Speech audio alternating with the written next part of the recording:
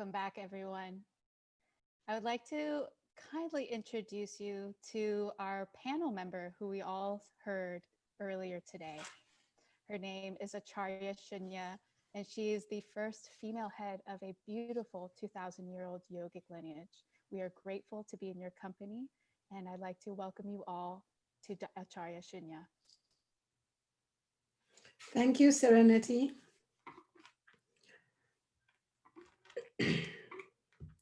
Well, I really enjoyed myself in the panel, and now I'm going to lead you through a slightly different iteration of the wisdom, more of the lived wisdom. And I'm going to at least share one image from my own life. What I'm teaching is my practice. It is a practice from my lineage. And for many years, I would only teach it to some students of mine.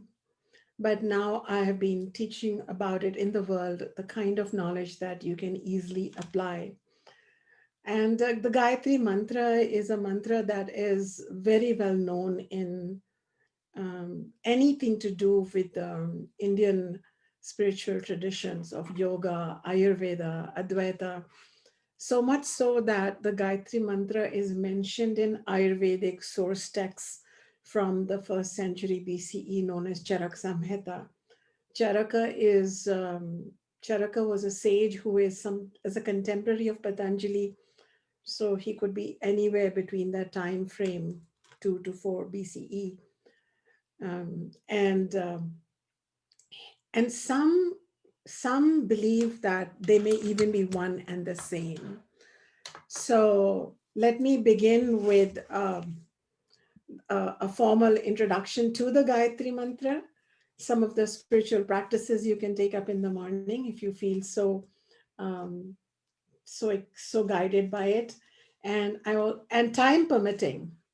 This is a bit longer PowerPoint than probably that can fit in an hour, but I remain hopeful that I may be able to show you how the Gayatri Mantra is connected to the Amalaki, or the Indian gooseberry, which is an herbal supplement that's available worldwide, even in America, and how you can mix the two and benefit from it. So these are teachings from the source tradition of Ayurveda, the spiritual tradition of Ayurveda. Being a teacher of the Vedic texts and tradition, the way I teach Ayurveda at my wisdom school, at my foundation, I always intertwine the body with the mind, with the spirit. And Gayatri Mantra will impact your subtle body, your mind, your ego, your intellect, your beliefs, and also your causal body, your karmas, etc. It purifies us. So let's move forward. I'm about to share with you a PowerPoint that I prepared. So namaste. And now let us move forward. And as you can see, we have a whole concept of the Surya Namaskar, or the sun salutations. The sun plays a very big role. And in the Upanishads or the Vedas, these ancient texts we come across like mantras risen from the heart of yogis, ancient yogis who lived 5,000 to 10,000 years ago, like Hiranyamayan Patrena Satyasyapi Hitam Mukham Tattvam Bhushana Pavranu Satya Dharmaya Drishtaya. Oh Lord, oh sun, remove this orb of light. Because when I look at you, I can't even see you. It's so powerful. I want to see through you and beyond you into what is that you are this magnificent source of Shakti. I want to know you. And then we have our beautiful sun salutations, which is really a worship. It culturally, it was a worship. So when we were in a Gurukulam, when I grew up in my teacher's traditional home, the way to worship the sun, which is considered as manifest intelligence that is guiding all of us, we go into the sun salutations and then we chant Om Mitraye Namaha, Om Ravaye Namaha, Om Suryaye Namaha, the 12 poses. And each pose is connected to chakra, insights, and all those details, which is not the scope of this class. But I'm just setting the stage that how the sun is intrinsic to the yogic tradition. And in fact, The original name of India is Bharata.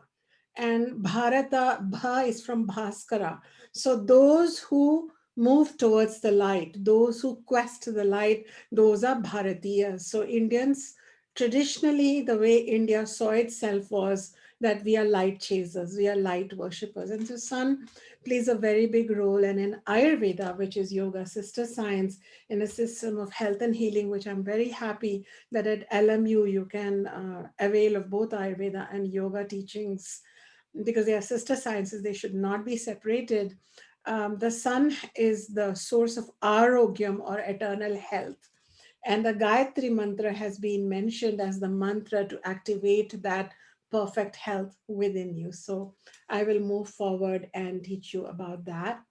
So, welcome to my presentation. And let us look at the mantra first and then its usage in Ayurveda. I would like to begin with honoring the Guru Parampara. And typically at this time, whenever I teach from my lineage, I chant to my lineage. So please join me. Om Narayana Samarambham Vyasa Shankara Madhyamam Asmadacharya Paryantam Vande Guru Paramparam. I bow to the chain of transmission that has been uninterrupted for 2000 years. I feel fortunate karmically and in every way to receive it and to be able to spread this light further. Thank you for joining my class. Thank you to LMU and its visionary leader, Professor Chappell, for organizing these amazing conversations, dialogues, and opportunities to continue to look at the light of yoga, to really look at what is this phenomena of yoga in every which way. And by inviting me to present this class, he has opened the portal to a more traditional teaching, and I really appreciate that.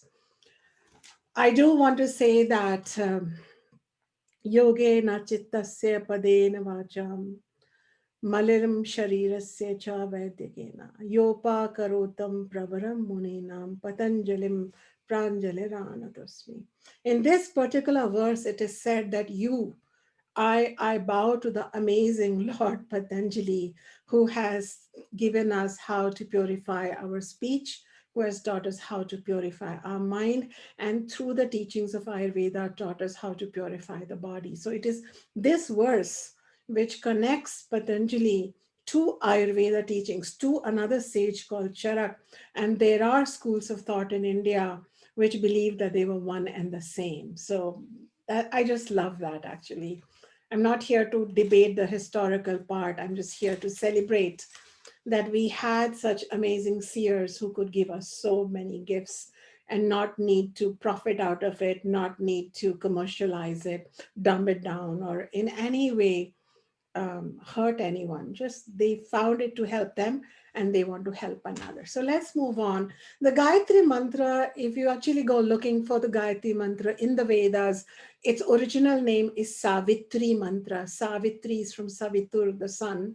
And the Gayatri was the meter in which it is chanted, but it then came to be known as the Gayatri Mantra, which I like to call it now. So it is Savitri Gayatri. And as I have mentioned, it is available in the Rig Veda, in the Samaveda, in the Yajurveda. So it is right there, and you can find it in book 3 of the Rig Veda. So very, very significant mantra.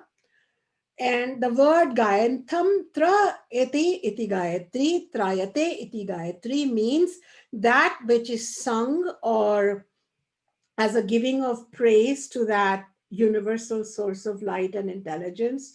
Trayate means that it protects you. So when you chant it, when you sing it, the singer shall get protected. That is why it is known as the Gayatri meter, because when it is chanted correctly and the words are understood and the insights are there, it ends up protecting you. It's like an immunity package, a vibrational supplement that you can give yourself daily.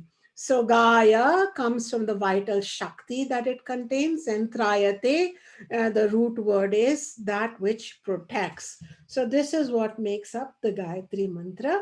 The Mantra Drishta, the rishis were known as Drishta. They didn't use their ordinary mind to write the words like we write a song. They actually saw it. It was illumined in their inner eye by the mind of of Ishvara, the mind of the cosmos, was revealed in their inner sky. And that Rishi was Rishi Vishwamitra. And the mantra Devata, or the one that's being referred to, the god. As you know, that Hindus have many gods, but they don't have many gods. They only have one understanding of God, a supreme consciousness, which is manifesting in multiple infinite forms. So in this particular mantra, we are channeling directly that infinite intelligence, which is beyond form, through the form of the manifest sun. Something interesting about Rishi Vishwamitra is that he began out as a king. So you can consider him like an administrator or a politician, and he was quite corrupt and greedy and even and envious. And he got into competitive, conflicting fights with another Rishi, Vashishta. But he continued to work on his ego, and he continued to shave off his false beliefs. And ultimately, he became a Brahma Rishi, a Rishi, the knower of truth. And then this great mantra was revealed to him, which then he shared to the rest of the world. So I like his story. I've talked about it in my upcoming book, Sovereign Self, because it reminds me of the rest of us. You know, we are also filled with ego and confusions and darkness and doubts and envy and possessiveness. But if he could do this, you can do this. So here is the mantra. And because many of you may be unfamiliar with the script, but I still wanted to put it there, I have put it here also. So this is how it goes. Om, I'm going to say it slowly. Bhur, and you can repeat after me. Bhuva, Swaha, Tat, Savitur, Varenyam, Bhargo, Devasya, Dhimahi, Dhiyo, Yo Nah, Prachodayat. And now I will chant it in the meter. Om Bhur Swaha Tat Savitur Varenyam Bhargo Devasya Dhimahi Dhiyo Yo Nah Prachodayat. Om Shanti Shanti Shanti. So when I did this, I want the peace to go everywhere. Now let's continue. The simple meaning is I meditate upon that supreme truth represented by the sun. Please understand, the Vedic rishis were not worshipping the cow, the sun, the peepal tree, the banyan tree, the lamplight. They were worshipping the supreme truth that is residing within them. They were vessels that animates the three spheres of existence: physical, astral, and causal, material, subtle, and spiritual. And so it illumines all of that, and may that sun, because if it is doing all this, then may it enlighten my heart too. And I didn't write mind because the word is hridayam, and hridayam is a faculty which is not the brain and not the physical beating heart. It's an in-between faculty which doesn't live right here, but it's somewhere here where you feel. And we want this peace to be enlightened. This is where we feel our joy. This is where we feel our sorrow. And this is where we want to feel spacious. So this is where we want to know the ultimate truth of yoga. We are Purusha, we are Prakriti, we want to know Purusha. We not just know it intellectually, not just know it through reading the book, know it while I'm teaching a class, while I'm cooking pasta, while I'm taking my child to school. I want to know that. I want to know that ultimate truth at an intuitive level beyond words. And so we ask. So this is really an asking to that divine mind to illumine our mind.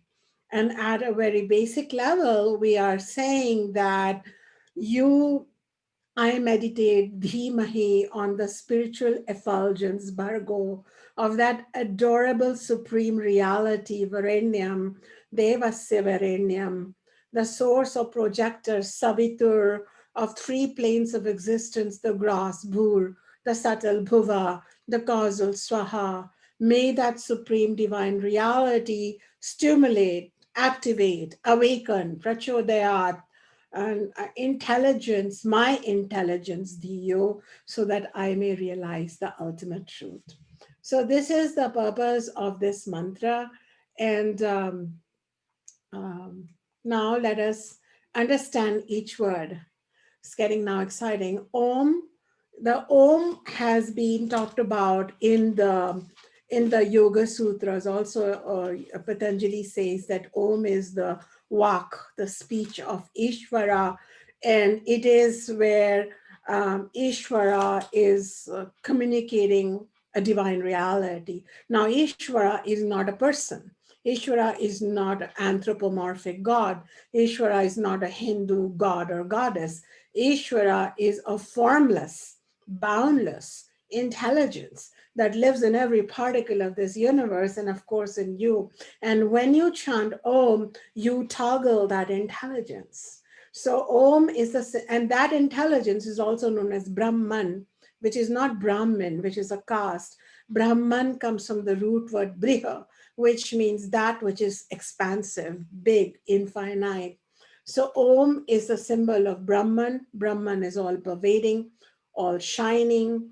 It is different from everything, yet it is in everything. It is the true self. It is eternal. It is Satchit Ananda. It is the sun. It is Om. And so whether you call that great existence Ishvara or Brahman, because I'm from a Upanishadic background, also I call it Brahman. So then that Om mantra, when you say Om Bhur, so that Om, you're activating that vibration. Then so when you chant Om and say you were only to say Om, Om, Om, and I know Om has become political, should we chant, should we not chant? I'm just sitting in a very apolitical space to say this is how it's always been. So come along with me. So when you chant that, you're saying, I am that Brahman. You're not separate from that intelligence worshiping something up beyond you. You are evoking that highest vibration within you. That is the beauty of this. Now let's look at Bhu Bhuva Swaha. Om Bhur Bhuva Swaha. Bhu, physical, mental, spiritual. When you say bhu hu, you're actually evoking your materiality, your body. Bhuva is the seed mantra of the mind. Swaha of your soul or spirit or consciousness. Bhu represents your waking mind, Bhuva, your dreaming mind when you're in between stories, and Swaha, your deep sleeping mind when you're closest to your true nature. So, gross body, subtle body, causal body, according to the teachings of the Vedic rishis, we have a physical body, a subtle body, which is made up of mind, 16 and our 10 sense organs, motor and nervous, mind, intellect, ego, and memory faculty. Okay, so all this comprises the subtle body, and causal body is where you have your karmic seeds. So when you chant this, you're activating all this. And then, of course, when you say Om Bhur Bhuva Swaha, this world, other worlds that you may visit until it is time for you to reach the final world, which we cannot define for you. That's not my job right now. But there is a concept of a final state of nirvana or mukti or moksha or self realization, that world. So we looked at that. Now let's look at each of the words. These are like gifts. So when you say tat, you seek to know. You're not just a mechanical participator in the world. You seek to know. Tat. So all your faculties, you may not be aware of it, but they become more and more curious. You become a seeker. When you say savitur, your inner divinity starts becoming more and more like it's like there was a sun inside you, but it was covered with clouds. So it felt like you have a dark room in there. But every time you say Tat Savitur, then I seek to know my inner divinity, and the clouds shed a little bit. Varenyam, it starts shining some more. And Tat Savitur Varenyam Bhargo. And you might notice that suddenly you're writing poem, or suddenly you are feeling generous. Suddenly you are feeling like you can breathe deeply. Suddenly you are no longer so locked up in trauma because your inner beauty starts showing, and people say, what happened to you? And you say, yoga. But the point is that you are vibrationally changing yourself. Just like when you eat good food, it shows in your skin. In the same way, when you chant certain mantras and you know their meaning, one is mechanical chanting, one is where you are initiated into the meaning, as you are being done now. You're being gifted the meaning. So then you go into your inner beauty. With Devasya, you develop what is known as Divya Drishti in Sanskrit, or divine vision. What does that mean? It means where people used to scare you, irritate you, frustrate you, and even challenge you, you start seeing the hand of divinity there. You start seeing that this is a divine play, and you start finding something worthy in each person. This is where, as Gandhi has said, like, hate the crime, not the criminal, and that's why you can take yoga to the prisons, because you have a divine vision that these people may have faltered or made a mistake or not known better, but they're not evil. And when they are shown how to plant a garden, or take care of a puppy, you see their smile, and tears come to your eyes, because you have a divine vision. But you had a divine mission, so you took your yoga to those places. Others said lock them up, but you saw that you could free them up because you had a divine vision. So that is what happens when you chant the word Dhimahi Devasya. And then when you say Dhi Mahi, all kinds of spiritual traits like detachment, non attachment, ability to discern, ability to persevere, ability to withstand, ability to stay anchored in your truth, ability to not be influenced by worldly gossip that much, ability to stay steadfast on your spiritual path, studies, etc., to be loyal to your teachers, to be grateful to your ancestors. All these traits start coming up within you. When you chant Yonaha, then balance and equanimity, samatvam. Samatvam yoga uchyate. This is one of the definitions of yoga, that equanimity is yoga.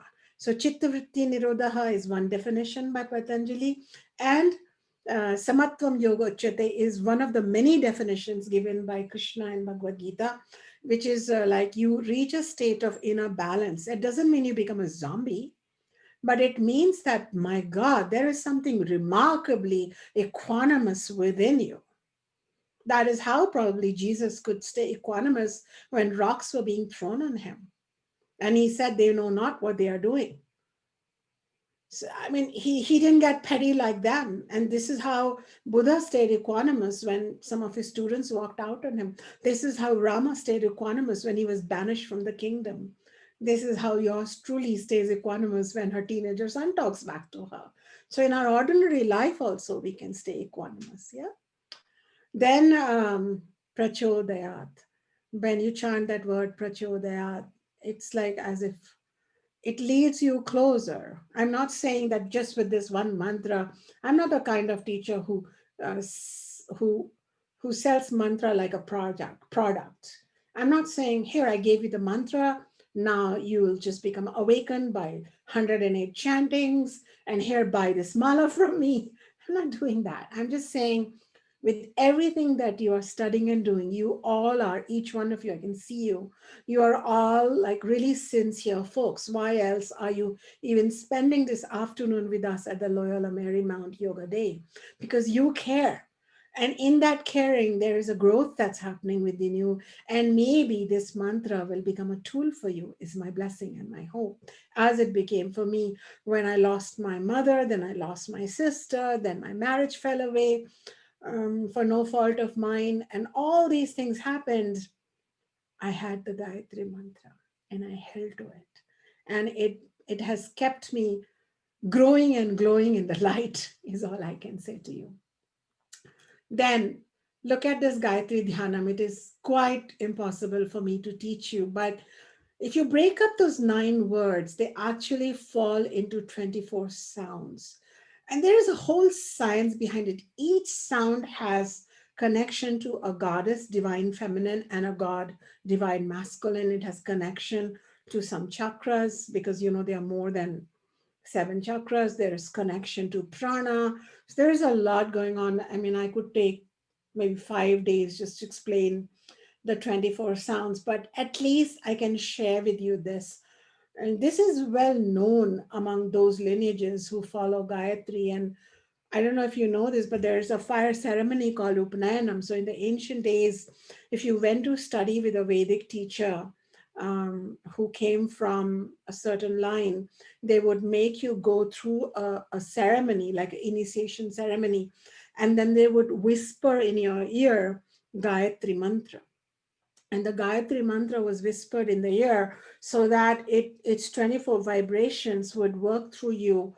Even once, if you've received it, it works through you. It is said, and it changes you. And I wonder, like, why, you know, I don't want to boast because, I'm humble I'm a devotee of the great formless intelligence as Divine Mother. But I've been teaching for the last 13 years at my wisdom school, and I'm not taken one day sick. That's not only because I eat Ayurvedically and I live Ayurvedically, but I also chant the Gayatri. And when the sickness will come, and maybe that sickness kills me, like it kills the body, I'm immortal, ends the body, I shall know that I am more than just that, So that beauty, that light is so eternal. So I just wanted to share this with you, that this is why Gayatri is so important, even in the initiation of the student. Then at the even marriage, it is chanted. At childbirth, it is chanted. At the graduation ceremony of yogis and yoginis, rishis and rishikas, it is chanted. At the final journey, when the body is put to the fire or put under earth, it is chanted. So Gayatri Upasana, traditionally, it is done by just taking a cup of water or in your hands and walk into a water body or just pour it on the earth. So a lot of my students worldwide, they just have a favorite cup, which they don't drink out of, or they live near a river or a pond and they go in and they go, Om, and they know everything that's happening. Om, I've activated my spiritual vibration. Bhur Bhuva Swaha, I'm touching my physical, astral, and spiritual body, that I am becoming an explorer, savitur, I am inquiring into my light. So they know this and they chant it and they offer it. And I really like offering it when there is a plant underneath or grass, because I feel like that water is full of Gayatri and it's feeding my garden. I'm a gardener, by the way, an avid gardener. Lots of fruit trees and flowers in my backyard. And I chant Gayatri as I often give them water. Then here is an image I wanted to share with you. That's the only one I could find of me and some of my students. This is what I do every day. And when they are with me, then we chant like this. And we were doing Gayatri sadhana in the morning. And this has been recommended in the Ayurveda text. Many of you know about the mala. I can't go deeply into it, but I would say that's another way.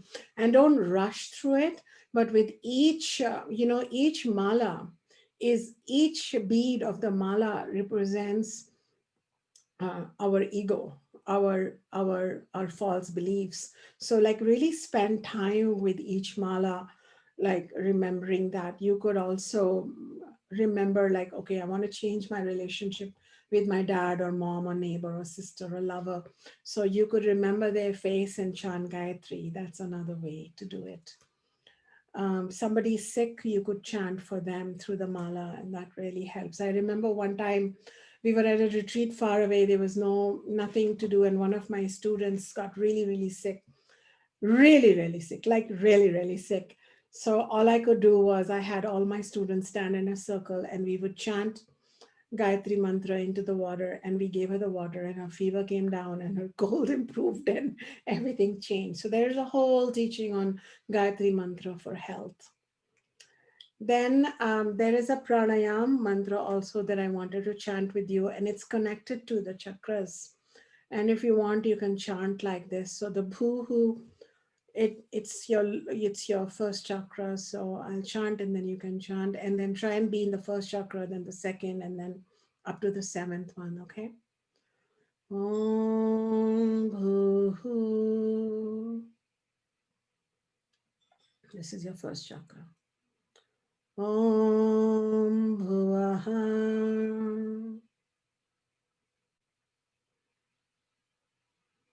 Now the third chakra. Om Swaha.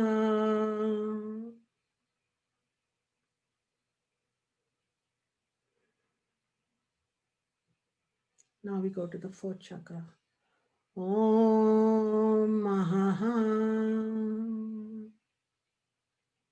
Fifth. Om Janaha. Get ready for sixth. Om Tapaha. Seventh. Om Satyam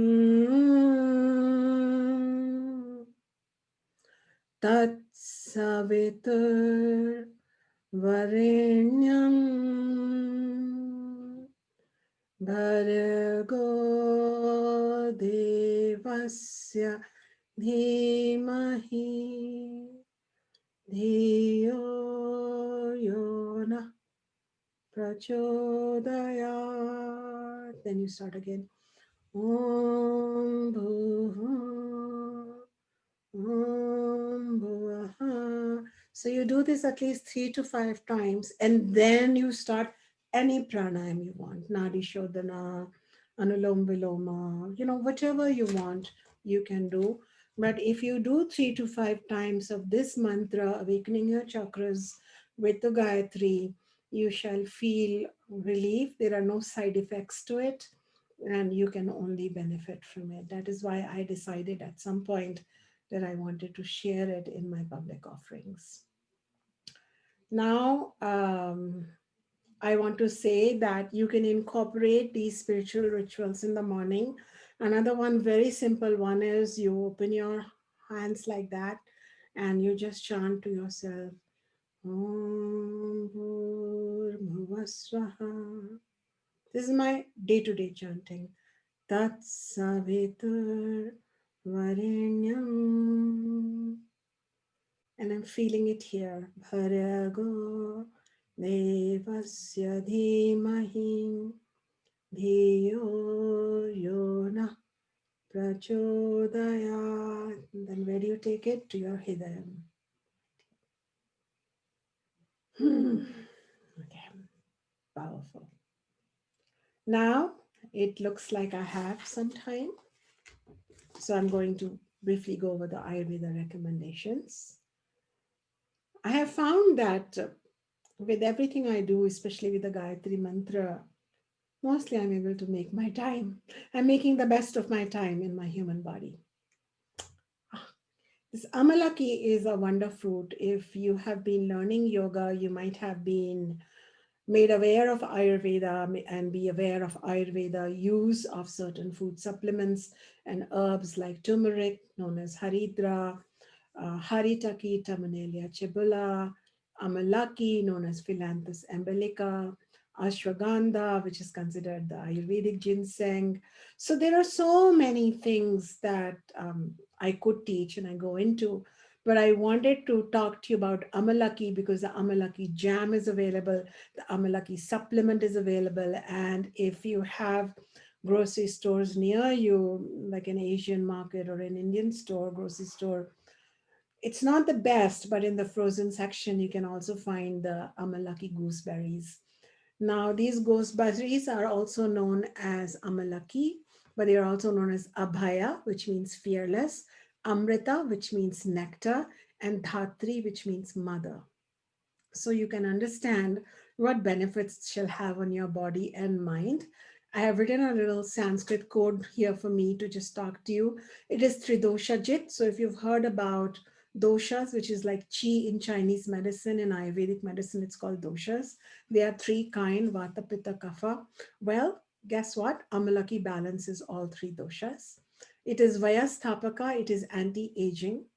It will allow you to age beautifully without too much dramatic things happening in your life.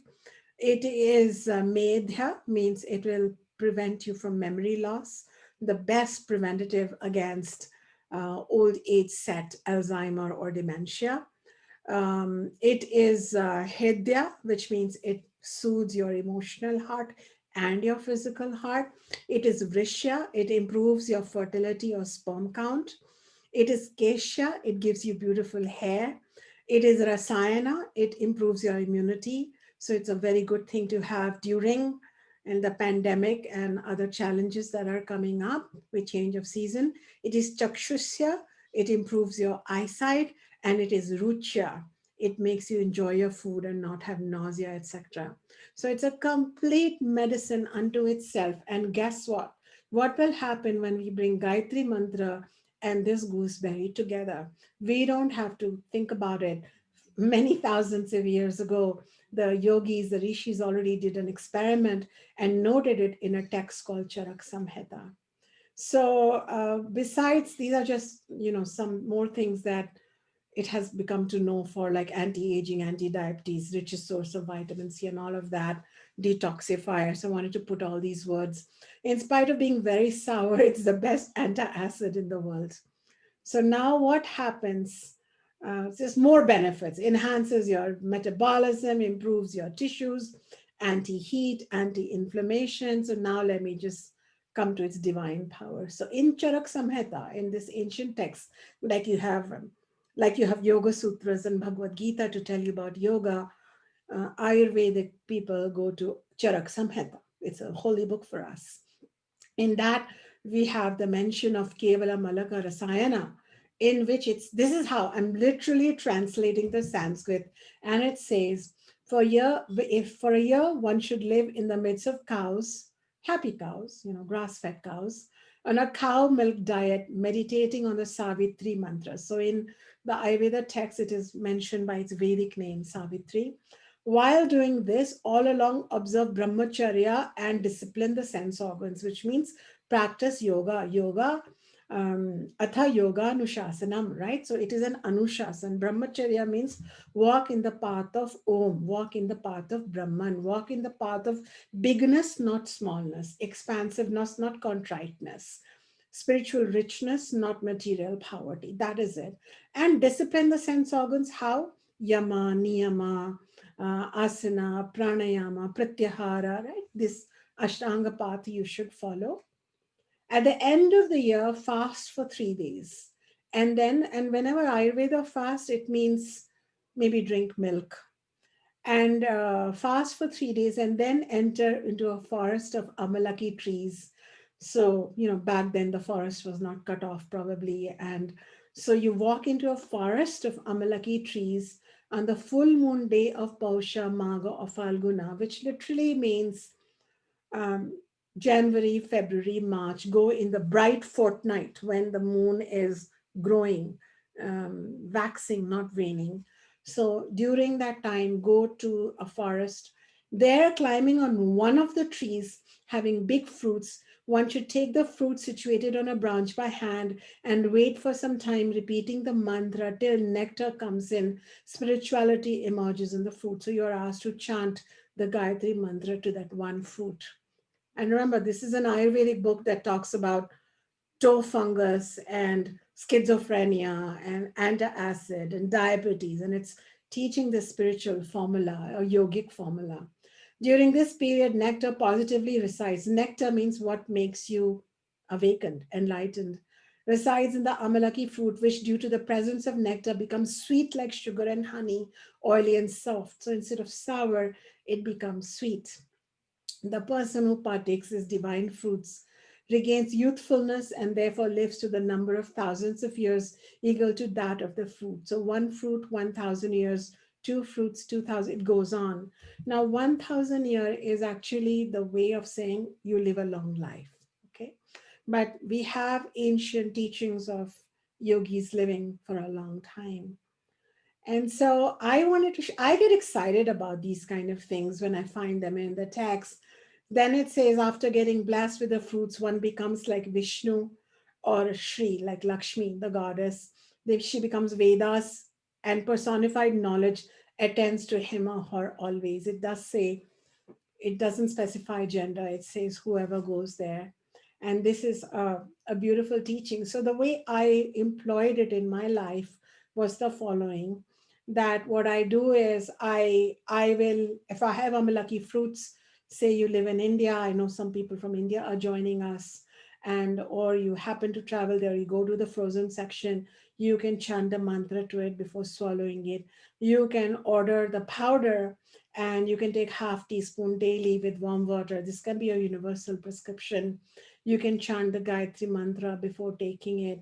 It is useful if you have burning red eyes, especially with computer usage nowadays. You can soak the Amalaki powder in an iron vessel, and you can mix with it soap nut powder, which is easily available, and you can convert it into a shampoo. I talk about these things in my Ayurveda book, Ayurveda Lifestyle Wisdom. But then when I apply it on my hair, this is all my hair, and I apply it, and then I just sit and I like chant mantras. I may not necessarily be holding a mala, but I'm like in trance with that mantra. And there was a period when my hair was falling after my son's birth, but now my hair don't fall because of Amalaki. And if you have acid stomach or you feel sexually weak after being with a partner, then you might want to take Amalaki jam or something in your life. But if you bring Gayatri Mantra to it, it becomes even more potentiated. And the reason I chose to talk about this was because you are all practicing yoga asanas and pranayamas, and sometimes it does require a physically healthy body, good immunity, good prana, and Amalaki plus Gayatri can give you the benefit of both. And I feel so privileged to be able to share it with you on this beautiful yoga day by Loyola Marymount Yoga Department. This is what sweetened, it's called murabba, Amalaki murabba.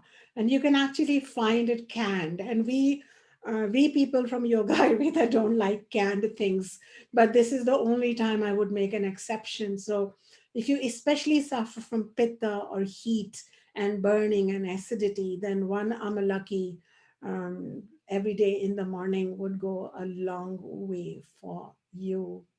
I believe I have done good time, but I have one last thing to share, that in the bright fortnight of March, it is said, this is known as Amalaki Ekadashi. There is a whole festival around it. Right now, we are celebrating Navaratri, the goddess festival.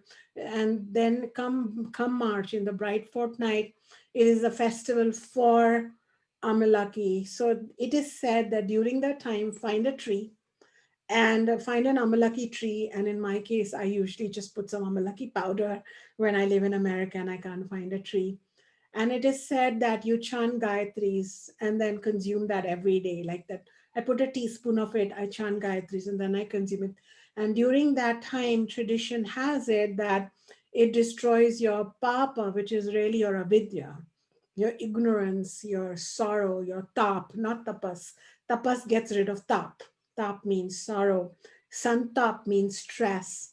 So just chant Gayatri mantra all day. So during this time, like it's like my ongoing practice. Like I'll be on the mat, I'll be doing pranayama, but I'm also chanting Gayatri. I thought I'll just share this little bit with you. I don't, I'm not the kind of teacher who gives too many rituals. I always connect knowledge with a ritual, and then I leave it to people to do it the way they want to do it. And sometimes I have told students of mine that even if you chant one Gayatri mantra once a month, that will take you way further than when you never chanted it, as long as you know its meaning. And as you saw, the meanings that I gave you, these meanings, they have a whole science behind it. I didn't make them up. Okay. So they come from a very grand, ancient, lofty tradition. And they work.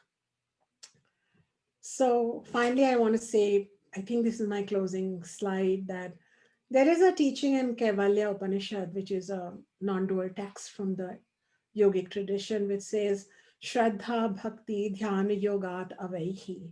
It's a teaching. And what it means is, if you bring Shraddha, just like your functional trust into the Gayatri Mantra, that, oh, yeah, this is a good mantra. It's been known for several thousand years by people. Maybe they didn't look like me, but you're saying this. And so let me try this. And the Vedas always said, Vasudeva Kutumbakam, the world is a family.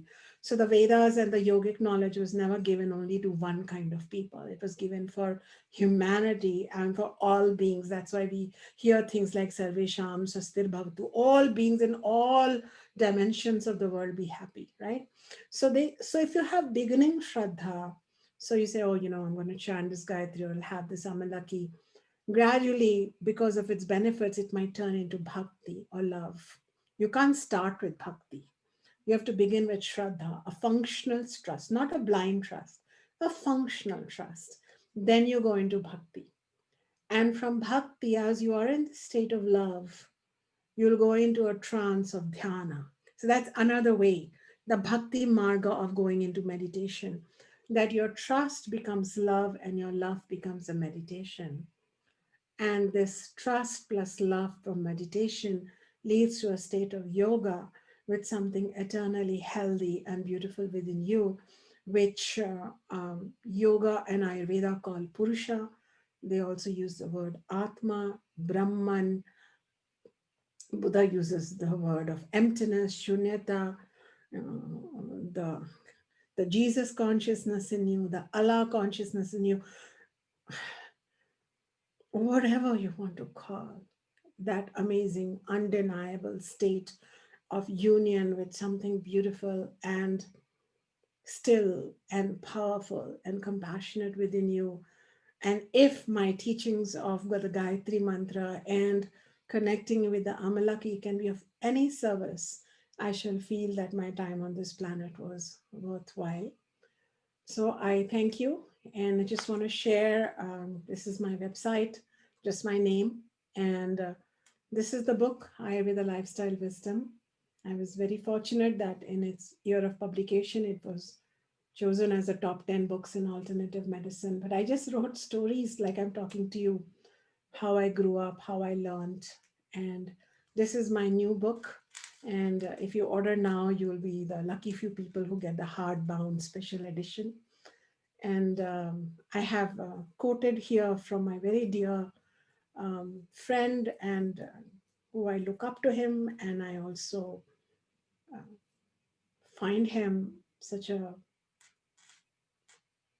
aligned person in my heart. So that's Christopher's quote here.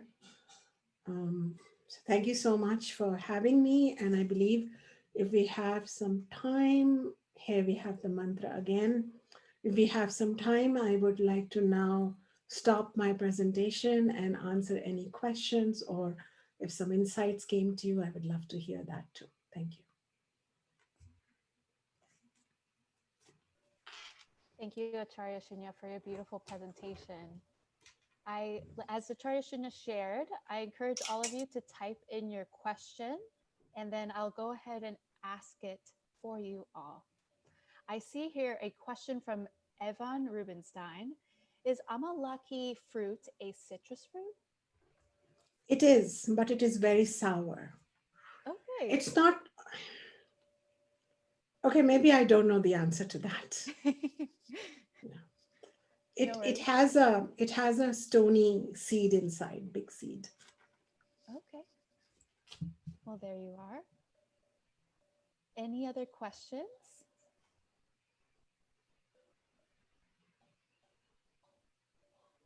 I see many messages of gratitude that I would love to relay for everyone. Tawny says that was beautiful and moving. And we have a question from Krishna who says, is it also known as Amla? It is in Hindi, it is known as Amla. The Sanskrit word is Amalaki. Yes. Okay, beautiful. And then we have a question from Dr. Christopher Chappell. Is the recitation of the mantra advised while walking? Who's asking? Dr. Chris Chappell. Oh, he knows the answer. I So, think, Chris, traditionally, no. Traditionally, there were some do's and don'ts, as you very well know, around this mantra specifically. But in my own life, because as an acharya, I'm supposed to reinterpret some of the knowledge in my era, I have felt it to be a very useful resource while walking, even while driving. I gave myself and my students that permission. But when you first start chanting it, and when you first talk to the sun, is what I tell, because that's the Devata and the Rishi is Vishwamitra. So we never forget to thank the Rishi Vishwamitra. We never forget to. So the first time I say, please allow me to be a bit casual, but I'm not casual in my intention. Yeah. And I want to say this, Chris, because you'll understand where I'm coming from. I found all these people who keep so many rules intact in lineages inside India, especially, but the spirit is lacking, but the rule is there. In my case, I feel like I can relax the rules a little bit, but keep the intention very superior. it's a powerful piece of advice and wisdom. It's about the intention of the action itself, Yes. no matter how simple. We have some more questions coming in here. Let me just take a moment to view. Sandhya asks, can you use dried amla soaked in water and then consume it? Absolutely. Yeah, you can drink the water. Yeah. Okay, very Yeah. nice. You can even wash it. That if it's the last rinse, that's dried amla soaked in water. If you make it the last rinse, then you don't need a conditioner. I'm giving away all my hygiene secrets. Ooh, everybody, I hope you're taking notes here. She's giving secrets. Okay, we have another question from a fellow cohort member, John Kingsley, who asks a bit of a historical question. In any particular lineage, is there a particular methodology to show which texts come into use over time? Which text come useful over time? Yes. Oh, but that is the whole benefit of a sampradaya or a lineage.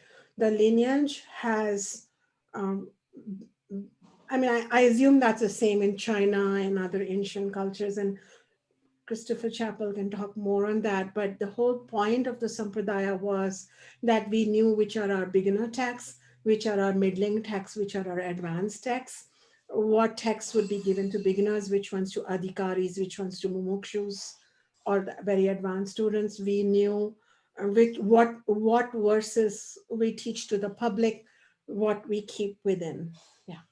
So there is absolutely a rule to it. It is not, at least in the lineages, and the rules are to support us. Nobody polices us, but we know, and that helps. Yeah. Wonderful. Then we have another question from Kristen, who says, Amalaki is in Tripahala. Do you recommend pure Amalaki, or is Triphala powder more or less beneficial? So triphala, three phala. Phala means fruit. Three means three. Three comes from three in Sanskrit. Triphala is Amalaki, Haritaki, Bibitaki, three fruits. And it is another rasayana, amazing thing. But all the benefits I gave you were for pure Amalaki, because when we mix the three fruits, Haritaki's benefit is more in the colon. It works more in cleansing the body. It's a very good aid for gentle, regular purification. Trifla taken at night with honey because of the amalaki is good for the eyes. But this presentation was more around amalaki. But you can be happy that amalaki lives in Trifla. Yes. Wonderful. And then we have another question here from Brenda Kyle, who says, it sounds like you incorporate chanting into many all daily activities to increase an energetic power to it. Is it best for us to learn to do that with the things we are passionate about, to start off as a beginner with chanting? Yes, I hope I've understood your question, Brenda, but definitely, for example, if you're passionate about cooking, you could chant and then begin the cooking. If you're passionate about your painting, you could do that. I am an author and a teacher. Even before teaching this class, I had a quiet moment of chanting.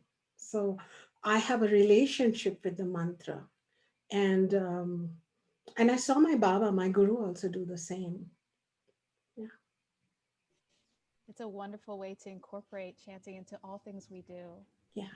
We have another question here from Stephanie. I love Ayurvedic supplements. I take ashwagandha and shatavari daily. Is Amalaki a complement to those? Absolutely. Amalaki is for all humanity. So if my husband, who's an Ayurveda chef, and I often like joke, like if you were, I don't know if you have those conversations with your partner, like if you were ever on an island alone, what would you want to carry with you? And I always say, I'm a lucky. Okay. So, and my husband is still deciding because he's a chef. So he has so many favorites. But absolutely, I would say Amalaki can be included, especially with Gayatri Mantra incorporated. And one of Fabulous. the reasons I highlighted Amlaki was I wanted to show you that in Ayurveda, we dare to like blend something physical to eat with the mantra. We don't just, these are not separate boxes, it's integrated. And um, there is a the what is the I just want to say this. It's really important to say this because this is a yoga community here, like, but say what is the root